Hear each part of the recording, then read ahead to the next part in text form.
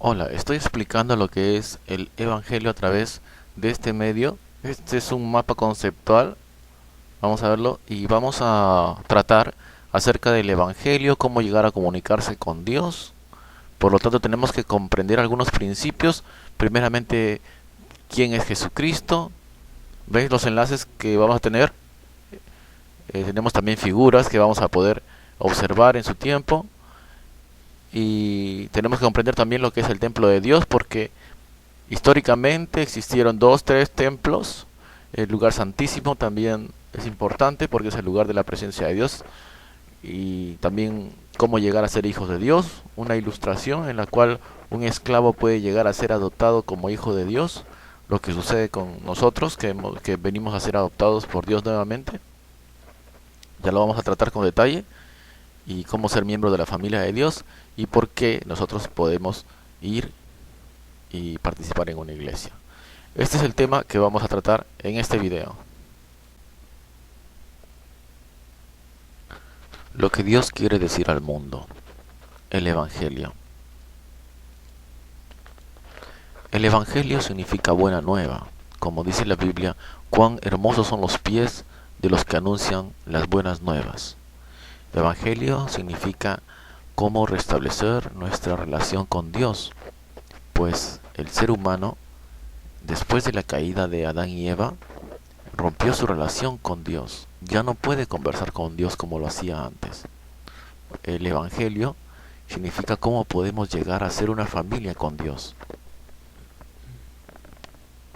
Lo primero que quiero explicar es cómo llegar a comunicarse con Él, porque esto es vital, es como respirar, es como tomar agua.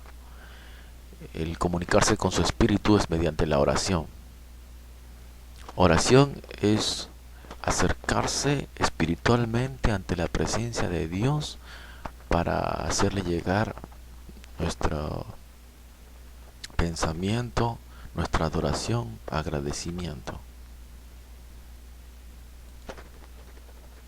La vía y forma de acceso solamente es una. Ningún ser humano puede llegar a orar hasta la presencia de Dios. Su oración no puede llegar hasta allí si es que no tiene una vía de acceso que Dios mismo ha dado. Este es un buen ejemplo. Por ejemplo, cuando estamos en una computadora y deseamos ingresar, existe una contraseña. Si no tenemos esa contraseña no podemos ingresar.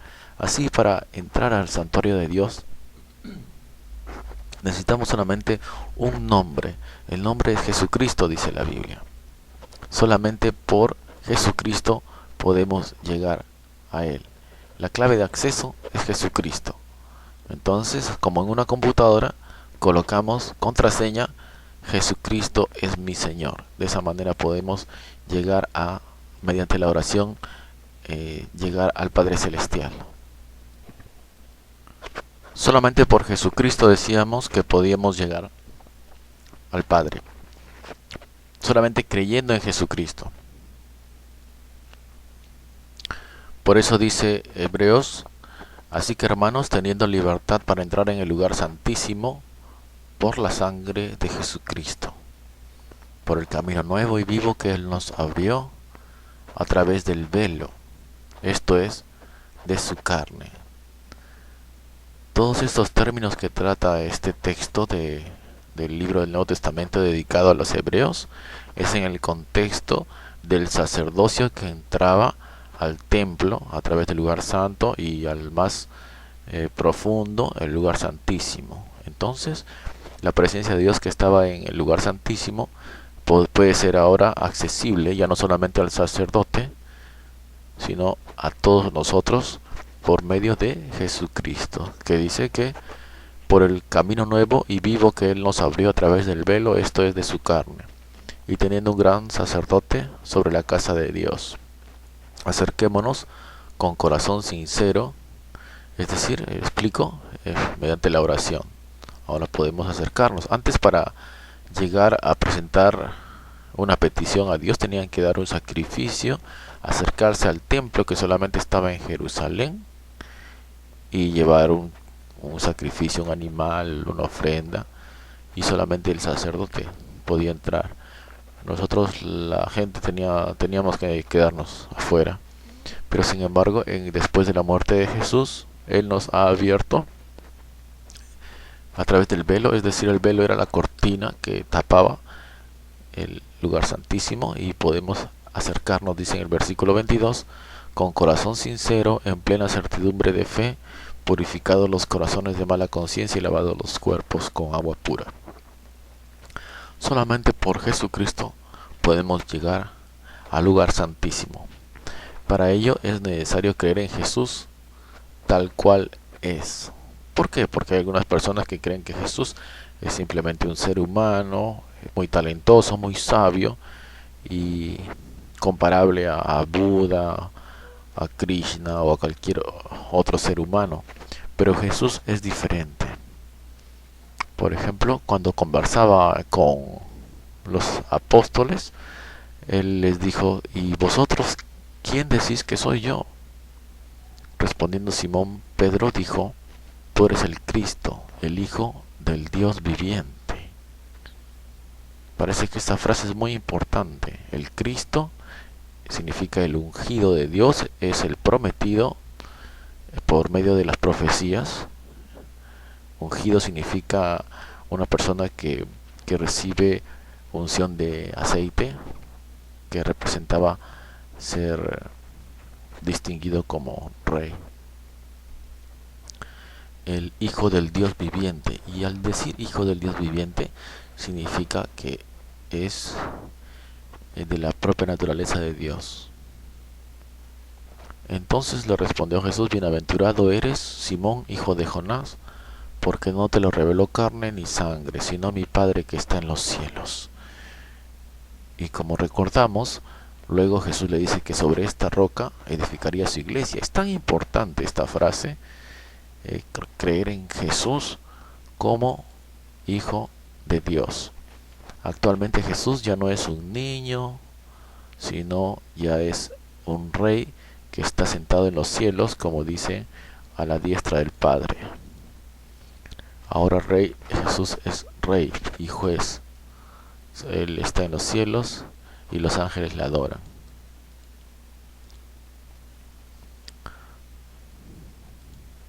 Es difícil encontrar ilustraciones exactas, porque no son precisas con la realidad, ¿no? Pero de alguna manera nos ayuda a concentrarnos en creer que Jesús es rey. Entonces, ser hijo de Dios significa, como estábamos diciendo, como Pedro le dijo, que Jesús es el Hijo del Dios viviente, significa que es esencia divina. Esencia, por ejemplo, Jesús dijo: yo y el Padre uno somos.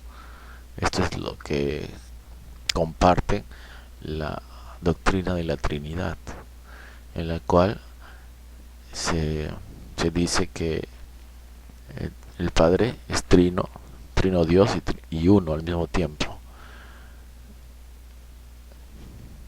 Siendo Jesús de la esencia divina,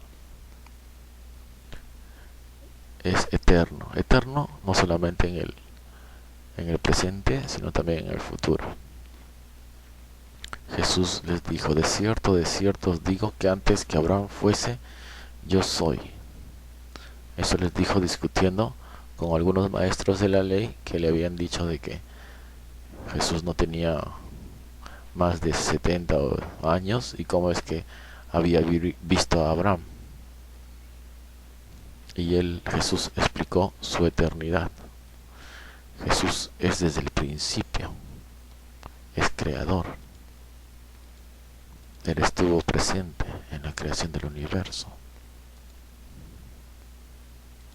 porque es el verbo de Dios. Y también su eternidad es después. Por eso después dice en el Apocalipsis: yo soy el alfa y la omega, el principio y el fin, dice el Señor, el que es y que era y que ha de venir, el Todopoderoso. Así que Jesús es eterno en el futuro también. Todopoderoso en cuanto a que él tiene poder sobre todas las dimensiones.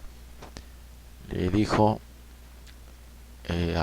a Pedro, porque en el monte de Getsemaní iba a ser capturado, y Pedro sacó una espada y cortó la oreja al Malco, el siervo del sacerdote, familiar era del sacerdote, y le quitó la oreja, ¿no? Entonces Jesús le dijo que meta la espada, envaine su espada, porque así era necesario que sucedan estas cosas. Le dijo: ¿acaso piensas que no puedo ahora orar a mi Padre y que Él no me daría más de 12 legiones de ángeles? Pero ¿cómo entonces se cumplirían las escrituras de que es necesario que así se haga? Así que Jesús es todopoderoso y tenía poder para llamar miriadas de ángeles en esa noche en el Getsemaní, pero Él tenía que someterse para que suceda lo que tenía que suceder. ¿Se acuerdan que a Pedro le dijo que cuando Pedro le dijo que no permita que lo capturen y lo maten, Jesús le dijo: Satanás, porque no iba conforme a su misión. Jesús es todopoderoso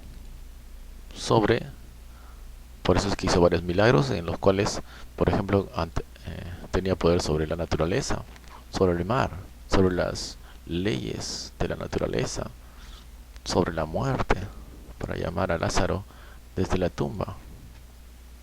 También sobre toda enfermedad, sanando a la suegra de Pedro. O a una niña también resucitó, no fue Lázaro el único. También sus ropas, simplemente al ser tocado, podían tener el poder para sanar. Poder sobre todos los espíritus inmundos. ¿Se acuerdan? El endemoniado de Gadareno lo reconocía como el Hijo del Dios viviente. Tenía poder para restaurar a un ciego de nacimiento por medio de hacer lodo con su saliva, es decir, reconstruir tejidos en un solo momento. O en las bodas de Canaán. En las bodas de Canaán él hizo vino a partir de agua, y lo hizo algo que llevaría tiempo, porque hacer vino significa hacerlo fermentar, por lo menos, y Jesús lo hizo en un segundo. Así que Jesús tiene poder sobre toda dimensión. También es esencia divina, porque había sido profetizado que vendría. Este era el profetizado desde antiguo por los profetas que están ahora en el Antiguo Testamento, como Isaías, Jeremías, Ezequiel. Ellos profetizaban acerca de que iba a venir un Mesías, el Cristo. Estas profecías, es decir, el anuncio de que iba a venir un Salvador que iba a restaurar la relación rota desde Adán y Eva, fue profetizado. Por ejemplo, cuando el Padre Dios dijo: y pondré enemistad entre ti y la mujer, y entre tu simiente y la simiente suya. Esta te herirá en la cabeza y tú le herirás en el calcañar. Le dijo entonces a la serpiente que iba a haber enemistad entre el diablo y la mujer, porque la mujer iba a tener una simiente, es decir, un hijo suyo que le heriría en la cabeza a la serpiente, mientras que la serpiente solamente le heriría en el talón.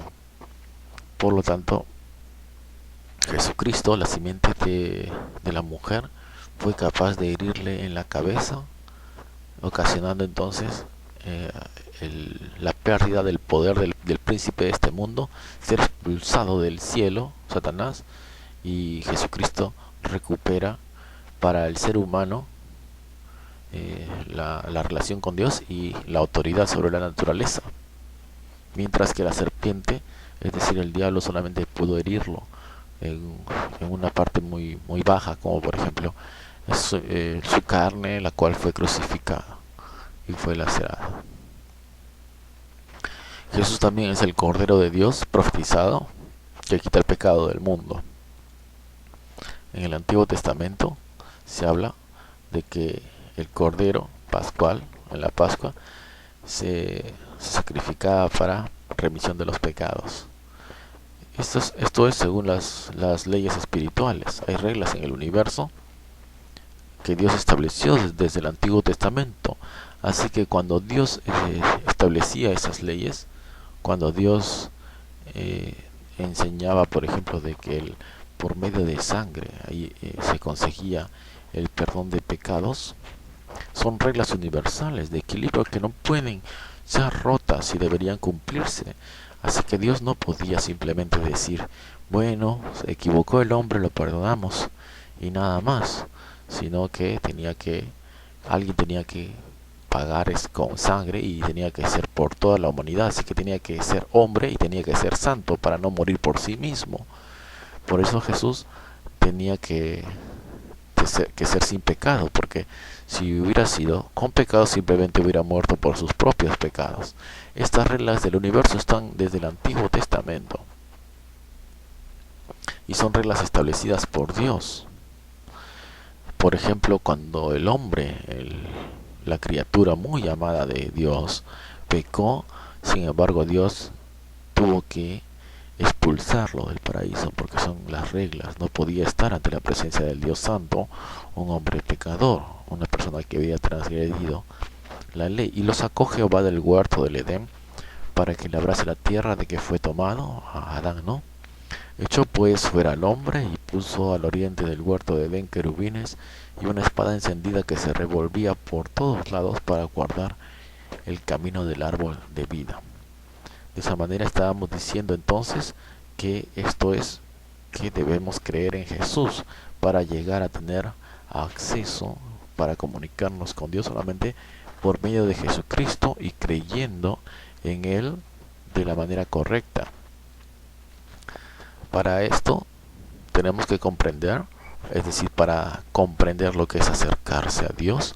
Ya les hablé un poquito acerca del lugar santísimo, ¿no? Tenemos que comprender lo que es el templo de Dios. El templo de Dios existe en los cielos y en la tierra. El templo de Dios es el que está en los cielos, donde está el lugar santísimo, donde está la presencia de Dios. Y vamos a ver la imagen que nos muestra el apóstol Juan cuando anciano ya en la isla de Patmos vio la presencia de Jesús ya resucitado. Y dice, y me volví para ver la voz que hablaba conmigo, y vuelto vi 7 candeleros de oro, y en medio de los 7 candeleros a uno semejante al Hijo del Hombre. Es decir, era Jesús que caminaba entre los candeleros que eran la iglesia, ¿no? Las iglesias, vestido de una ropa que llegaba hasta los pies y ceñido por el pecho con un cinto de oro. Su cabeza y sus cabellos eran blancos como blanca lana, como nieve, sus ojos como llama de fuego y sus pies semejantes al bronce bruñido, refulgente como en un horno, y su voz como estruendo de muchas aguas. Primero fue una carpa, ¿no? Con Moisés, y cuando Dios le explicó, le dijo que haga conforme a un modelo, un diseño exacto, con medidas, colores, materiales y unas decoraciones de querubines o frutas. Ese tabernáculo, que era como una carpa, tenía un diseño que tenía que tener ciertos elementos que correspondían con lo que existía en el cielo. Luego se tradujo en algo más completo, que fue el templo. Pero en el cielo también existe, como dice Hebreos 8. Ahora bien, el punto principal de lo que venimos diciendo es que tenemos tal sumo sacerdote, el cual se sentó a la diestra del trono de la majestad en los cielos, ministro del santuario y de aquel verdadero tabernáculo que levantó el Señor y no el hombre. Es decir, Jesús está ahora en el lugar santísimo verdadero, no el del templo, el cual era representación.